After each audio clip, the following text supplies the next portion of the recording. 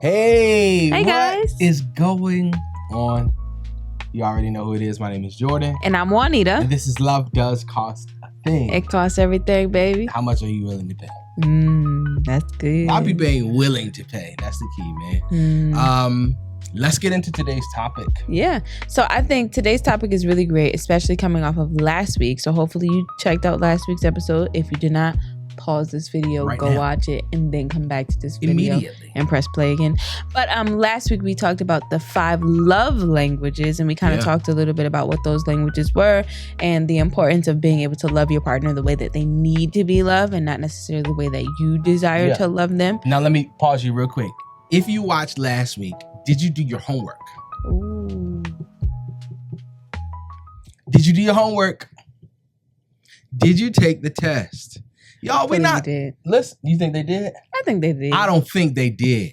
Oh, okay. I need you to take the test, y'all. We're serious about helping people who want to be helped. Yeah.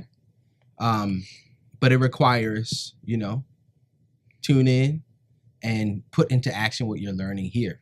If you haven't taken the test, please take the test, okay? And then start applying some of the principles. Go ahead, baby. Yeah. So going off of what we did last week, we thought that it was only right to talk about the languages of apology.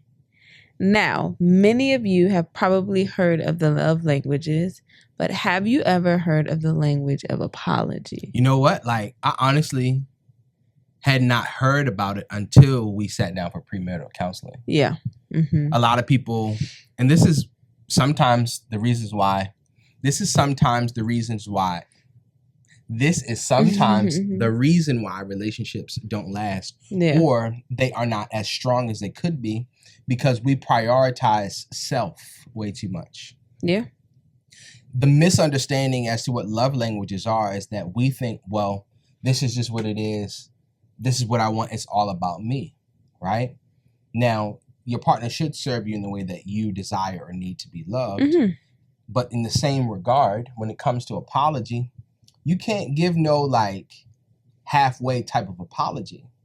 Or you have to know the way that your partner wants to receive an apology. Because you are, as we've said from day one, you are going to have quarrels. Mm-hmm. And people go into relationships with this fairy tale idea, and there is a bit of fairy tale to it, but you can guarantee that there are going to be hard moments. Mm-hmm. And so you have to wrap your mind around the formula to be able to solve the equation. Yeah. There's a formula. Problems are going to happen. Mm-hmm. This is how you solve the problem. This is the best practice, the best way, the most proven way to be able to solve it. And you have to be willing. And unfortunately, because we prioritize self, a lot of us aren't willing. So you can go ahead. I think you was about to mention what they were. Yeah, I was going to share. Just share their 5 languages of apology, just like 5 love languages. It's by the same guy, Gary Chapman. And so I'm just going to kind of read them and then give a little blurb as to what each one is. So the first one is expressing regret. So this involves clearly stating that you are sorry for your actions and acknowledging the hurt that you've caused. Number 2, accepting responsibility. This means owning up to your mistake and admitting that you were wrong. Number 3, making restitution. This involves taking steps to make amends for the harm caused, such as offering to fix something or compensate for damages. Number 4, genuinely repenting. This involves showing a sincere desire to change your behavior and avoid repeating the offense in the future. Number 5, requesting forgiveness. This is the act of asking for forgiveness from the person you have wronged. So I think all of those are good. Which one do you feel like is your language of apology? Oh, my language of apology is, I'm sorry, what was the last one again? Yours is making restitution. Yes. Wait, I'm going to read that one again. Wait. Yeah, read it again. Making restitution. This involves taking steps to amend for the harm caused such... Oh, no, sorry. Not that one. Yeah, no. Yours is genuinely repenting. Right. This involves showing a sincere desire to change your behavior and avoid repeating the offense in the future. That's yours. Yeah, that's definitely mine. And now, I want to add something there because this is a fault of mine when it comes to genuine repentance. I sometimes get stuck in you shouldn't have done it anyway. I get stuck there, right? Why are you laughing so hard? Why are you looking like that? Yo, I get stuck there. I'm trying to tell you how it is. And you have to be cognizant of this when you're in a relationship. You cannot. Okay, here's what I always say. If I'm wrong, but Juanita's right, I'm still wrong. Mm-hmm. If Juanita's wrong if Juanita's right and I'm wrong, there's still wrong. Juanita is still wrong. Mm-hmm. To the point to where it becomes like, oh, I'm right, you bow down to me. Not literally, meaning you hold them to such a standard of perfection to where when they make a mistake or even make a bad decision, it's like the literal end of the world. And even as the person who did not make the offense or is not at fault, you still have to give a ton of grace, because your turn is coming, number one. Number two, you are committed to that person. Mm-hmm. And so even though you are in the right, you still can't lord over that person. Mm-hmm. And so you got to check yourself. Mm-hmm. You got to check yourself. You can't be walking around, here's a better way to say it. You can't be walking around holding them hostage. Yeah. You can't be walking around holding them hostage because you were right. And so if yours is like mine, to where it's like, I just need you to change your behavior. You shouldn't have did it anyway. Like, I appreciate you telling me sorry, but like, just don't do it again. Mm-hmm. Don't keep doing it. Don't make this a habit. They very well may keep doing it. And it may not be intentional. It may just be a habit that's ingrained, and habits take time to break. Yeah. But if you're committed to that person, you're committed to them through these moments. Mm-hmm. You wanted to jump in? No, yeah, I was just going to say, just like the love languages, like it's important to know your partner's and your spouse's apology language, because that will really help you guys to like move forward when there is like when you have a tough conversation, or when you offend them, or when you do something that hurts them, right? That like you hurt their feelings or whatever like that. And that is just important, because oftentimes, and I'll just use us as an example, like for me, when we first started dating, like my language of apology was just like, just say you're sorry. Like that was good for me. Like, just say you're sorry. Just admit that you were wrong. Okay, great, I love you. Let's move forward, right? Mm-hmm. And so in return, because that was my language of apology, I would do that to Jordan. So if I offended Jordan, I'm sorry.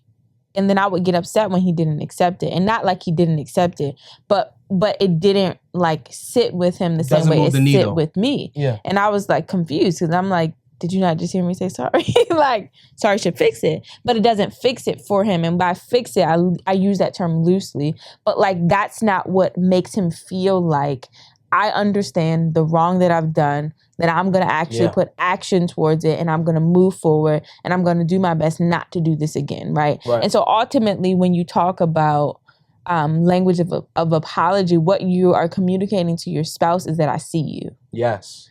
I hear you. I noticed that there was something wrong with the way that I did and how it impacted you. And I'm going to acknowledge that. I'm going to take responsibility for that. And I'm going to do something different in the future so that doesn't happen again. And so when you honor your spouse in that way by apologizing in the way that, you know, works best for them, that's what you're communicating to them. You're important enough to me to meet your need in that way, to show you that, hey, listen, I did do that wrong, right? Because like, we're not saying that you're not going to do wrong. That's why we're introducing this to you. Yeah. You are going to do wrong, okay, in your relationship. Yeah. Like, you're going to offend your spouse. Your spouse is going to offend you. Like, most of the time it's subconscious. You don't know it. You do it by accident, but it still happens. It's two people becoming one. You know what I'm saying? Yeah. And so it's just important to note, just like, again, with your love languages, that you don't want to apologize in the way that you feel like works best for you. You want to apologize in a way that makes amends for that person. Yeah, yeah. You want to prioritize the language that they speak. Yeah. I think Juanita should just do this session by herself, because she just killed that. Well, let's see if Jordan knows mine. I don't even think I know mine. I would say that yours is like, I forget the term, but the one that says like admitting your fault, or yes, you're right. Accepting responsibility. I was gonna say that. Yeah. That is me. Like, for me, it's just like, just I just want to hear you say I'm wrong. Just want to hear you say I made a mistake. You was a little too excited for that one. I heard you. Hallelujah. And I could be like, okay, great. Deliverance. I'm good. Move forward. You see how excited she was for that one? I'm playing. But yeah, go ahead. I don't have nothing else to say. You just killed it. Like, no, I think it's important because oftentimes. Oh, you had a question for me. Sorry. No, I didn't have I just asked you what you thought mine was. Oh, yeah, but then we yeah. kind of just talked a little bit about that. But I think it's important just to note because oftentimes we get into relationships and unfortunately we just tell our partner like you just got to deal with it, right? Yeah, and this is the reason why relationships fail or are weak. Yeah, they are weak. Or they fail prematurely because you guys don't prioritize this. Your partner is going to, guaranteed. You don't have to wonder, you don't have to wish, you don't have to guess. Mm-hmm. If it's going to happen, it's going to happen. It's going to rain. Yeah. You need an umbrella. So how do you restore it? How do you come back from that? This has to be one of the number one priorities and conversations that you have early on. Mm-hmm. Has to be. If you're serious, if you're curious about love and you're not serious, you won't have this conversation. But if you're serious, you'll prioritize this. If it's all about you, you won't prioritize this because you'll think that they just get me. Mm-hmm. Or they're just supposed to accept me. No, absolutely not. I am not supposed to accept that childish attitude. Mm-hmm. He is not supposed to accept that childish attitude and that childish response. Mm-hmm. No, hold on, brothers, we coming too. She is not supposed to accept your anger. Mm-hmm. Tighten up. Mm-hmm. Stop playing. She not supposed to accept that just because you the man. Communicate like a big boy. Mm-hmm. Stop playing. You better tell that girl you sorry. You better make amends unless you want to be by yourself.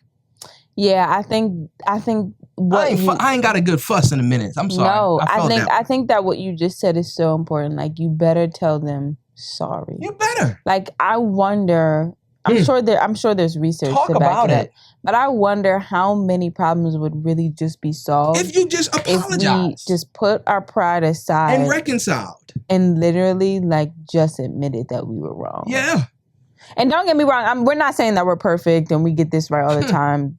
We're sitting here in front of you for this exact reason. Literally, yeah. We know that it's a strategy that works. It's something that we use like so that we can be successful as much as possible. But like it really, I read something, I think it was the Bible actually. I was doing this devotional and I read that like pride is a two-way street. And so pride can either make you feel like you're the man or you're the woman, you're on top of the world and nobody's better than you, or it can make you feel the opposite. Like you're worth nothing, you'll never be anything, you'll never be good enough. Mm-hmm. And I've never viewed pride in that way because I'm the person that I feel like pride goes that way for me. Like I'm not a person that's like, oh, I'm high and mighty, look at me. Like, but I am a person that can be like, or I have had experiences where I feel like, oh my God, I'm so sad. Like I messed this up so bad. Like I would go there. All right, but you know, finish it though. Like how does that equate to pride if you go to that point?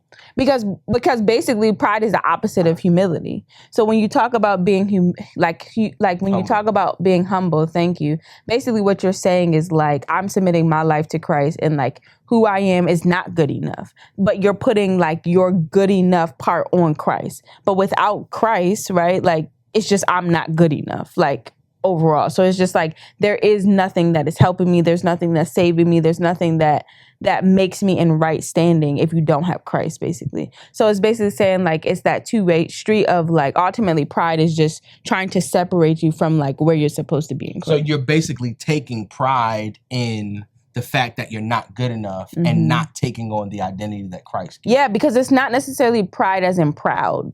Right. Like, which is what we usually see. Like, right. It's this idea that, like, let me see how I can. Are you saying that you take pride in the lowly state as if you can't overcome it? Yeah, like that's basically what it is. Thank you for helping me. Yeah. So, like, that's it. But, like, you don't think about it. I didn't think about it from that perspective. It's like, I I don't want to say that term because that's not relevant. That's not accurate. But it's like, I'll never be good enough. Right. Yeah.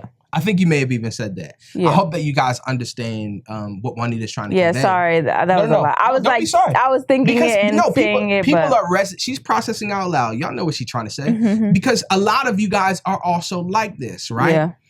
But it's important to admit, because we think like we feel like we're safe because we're not the people that's like, because you messed up. Oh, I'm this, I'm that. But it's like, and you encourage me often too, like, don't get stuck there. Yeah. Like, yeah, you made a mistake, but like, that doesn't have to be your story. No. Like, that doesn't have to be the end. Like, you can come back from that. Like, just say you're sorry. So I think it's important to admit that, because you could be on either side. You can be, oh, I'm so high and mighty, I never do anything wrong. Or like, I'm so low and mighty and I always do everything wrong. And neither of those is the portion that God has for us. Yeah. Like, he wants us to know that we live in that middle place where we do make mistakes. We're not good enough without him. But with him, then we are good enough. Yeah, we're more than enough. And so it's like, with him, although we make mistakes, that he can help us to make better choices moving forward. Absolutely. And so living in that state. So that's what I mean by like, don't be so prideful that you don't say sorry. Because, and say sorry in the way that they need to say sorry. Don't just be like, well, I said sorry, so you need to get over it.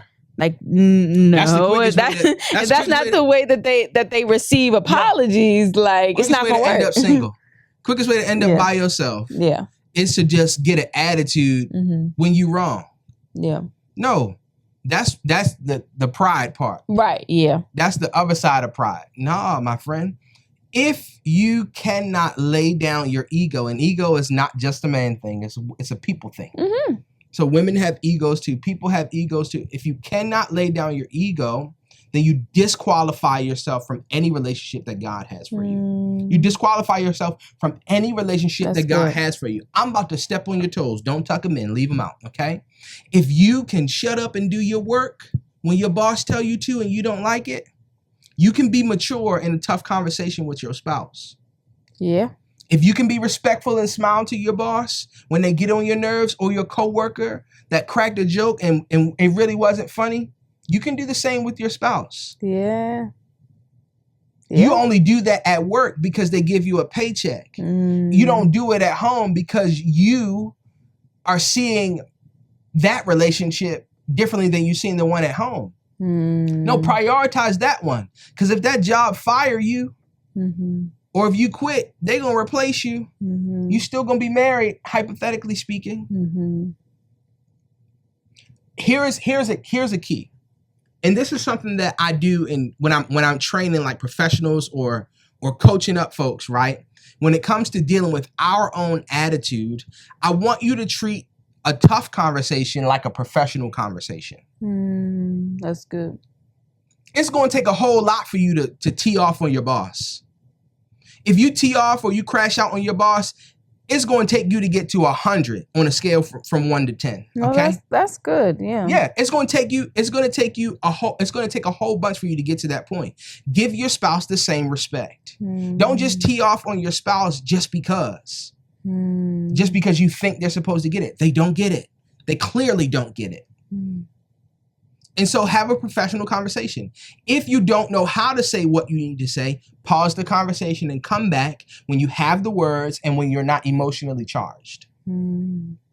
Being emotionally frustrated, angry, or even too sad is like being drunk. You're not in the driver's seat. You're not in control. The literal blood flow in your brain is triggering the fight or flight part of your brain. It's called the amygdala. And so you can't have that conversation until you get to a point and you have the words where you're calm, cool, and collected. You can still be, even if it could be the most egregious thing, most unimaginable thing, right? That they did to offend you. You can still have a professional conversation. If you need time to cool off, go take your time to cool off. But still come back and have a productive, professional style like conversation. Don't tee off just because they're your boo. Just because they married you and they just got to take whatever you give. No, your spouse is not a trash can. Don't give them your trash. You can say, hey, I don't like the way you said that.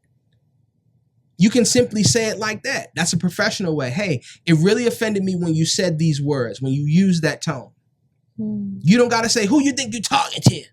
You don't got to do that. You don't talk to your boss like that. You don't talk to people in the street like that. How can you give them more respect than you give the person who laid down their life for you? We need to wrap it up. It's getting long. You got anything else you want to say? No. You got anything else you want to say? Why did you say they laid down their life for them? Like, you mean, because like, yes, because when you get married, yes. you're saying like you're dying to yourself. Yes. Okay, I understand. Yeah, no, I just wanted to make it clear because people be like, "Oh, he talking about Jesus," but I just wanted to make sure. It was... I'm saying, when you commit to someone in marriage, it's till death do you part. Yeah. No, you don't have no other options. That's what I'm saying. They gave up their life, what they could have done, their choices, all of that to be married to you.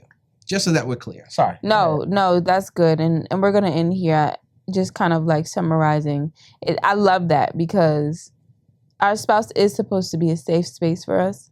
It's supposed to be a space where we can be vulnerable, right? Yeah. And be ourselves. No matter what. But it's not a place to abuse. Absolutely. So it's not a matter of, oh, you see all of me and you just need to take it. It's like, no, you see all of me and you're willing to help me grow through it. You're willing to give me the grace that I need to grow through it. Like, you're willing to allow me to admit that I'm wrong and accepting that apology. Yeah. Like, I remember one time someone said, like, instead of saying like sorry, like, say thank you for waiting for me. So like, sorry I'm late, but instead of saying sorry I'm late, like, thank you for waiting for me. That's good. So it's really just acknowledging what took place on the other side when you made whatever mistake that you made. Yeah. And I think that just really like honors that person, and it helps that person to know that, like, again, you see them, that you respect them enough to admit and to thank them for the grace that they did give you, you know, for whatever thing that you did. But yeah, so we're going to end here. Hopefully you enjoyed this. It was a little more whoop-de-woo than last week. So go back and watch both. Yes, Don't forget to like, comment, subscribe, and share. Thanks for hanging out with us, and that's all we got. That's our language of apology, especially if you haven't already subscribed. So apologize right now. I hope they know I'm playing. Pray for my husband. I'm really I'm seriously joking. He is joking. He's joking. But my name is Jordan. And I'm Juanita. And this is Love Does Cost a Thing. We'll catch you in the next one, y'all. Peace.